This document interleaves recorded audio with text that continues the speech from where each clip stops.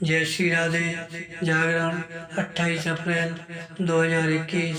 गति 80 शब्द प्रति मिनट। कुल शब्द 433। संकट की गंभीरता समझें। प्रारंभ करें।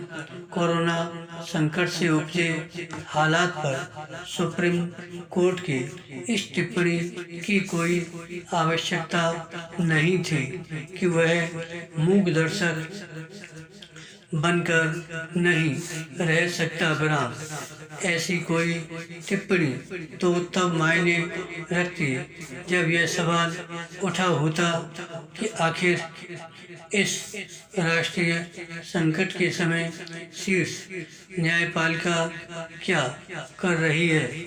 सुप्रीम कोर्ट इससे अनभिज्ञ नहीं हो सकता कि देश के कई उच्च न्यायालय भी कोरोना संकट से जुड़े मामलों की सुनवाई कर रहे हैं। बनाम उनमें से कई राज्य सरकारों को डांटने फटकारने में लगे हुए हैं। बनाम जब उच्चतर अदालतें यह देख रही हैं कि केंद्र, राज्य और उनका प्रशासन कोरोना संकट से निपटने के लिए अपने स्तर पर भरसक कोशिश कर रहा है, तब फिर उनके खिलाफ कठोर टिप्पणियों से बचा जाना चाहिए। बनाम ये टिप्पणियां संकट से जूझ रहे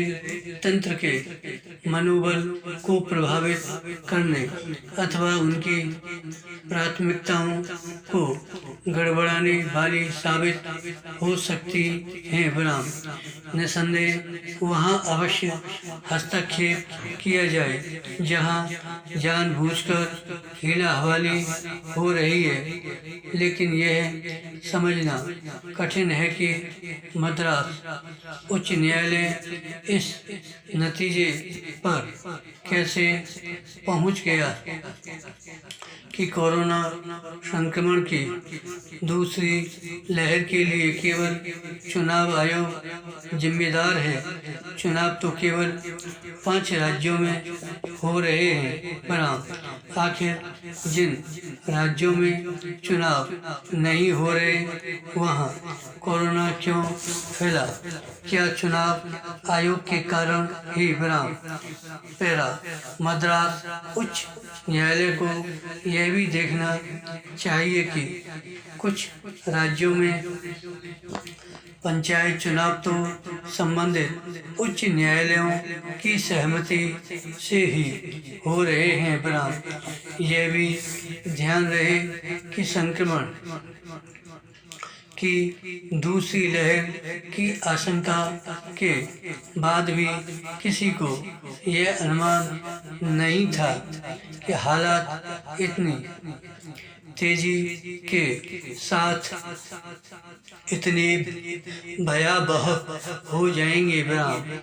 स्वास्थ्य ढांचा केवल इसलिए नाकाफी नहीं साबित हो रहा कि वह कमजोर था, बल्कि इसलिए भी हो रहा क्योंकि कोरोना मरीजों की संख्या अचानक बहुत बढ़ गई। इसके कारण ही अस्पतालों में बेड, दवाओं और ऑक्सीजन की तंगी हो गई। यदि जिन अस्पतालों में 5-10 मरीजों को ऑक्सीजन की जरूरत पड़ती थी, उनमें एकाएक 100-200 मरीजों को उसकी आवश्यकता पड़े तो हालात हाथ से फिसलेंगे ही। बनाम अच्छा होता ऐसा न होता, लेकिन जब ऐसी स्थिति विकसित देशों तक में बन चुकी है, तब फिर भारत की क्या गिनती? इस बुनियादी बात को सरकारों पर तंज कसने वाले राजनीतिक दलों और राष्ट्रीय अंतर्राष्ट्रीय मीडिया के उस वर्ग को भी समझना चाहिए जो सरकारी तंत्र को नाकाम निष्क्रिय बताने के लिए उत्साहित दिख रहा है। क्या विदेशी मीडिया का यही रवैया अमेरिका इटली के संकट के समय भी था? यदि नहीं तो फिर उसे कोरोना की दूसरी लहर के रूप में जो संकट भारत के समक्ष आ खड़ा हुआ है उसकी गंभीरता क्यों नहीं समझ आ रही है? धन्यवाद। श्री अरदास।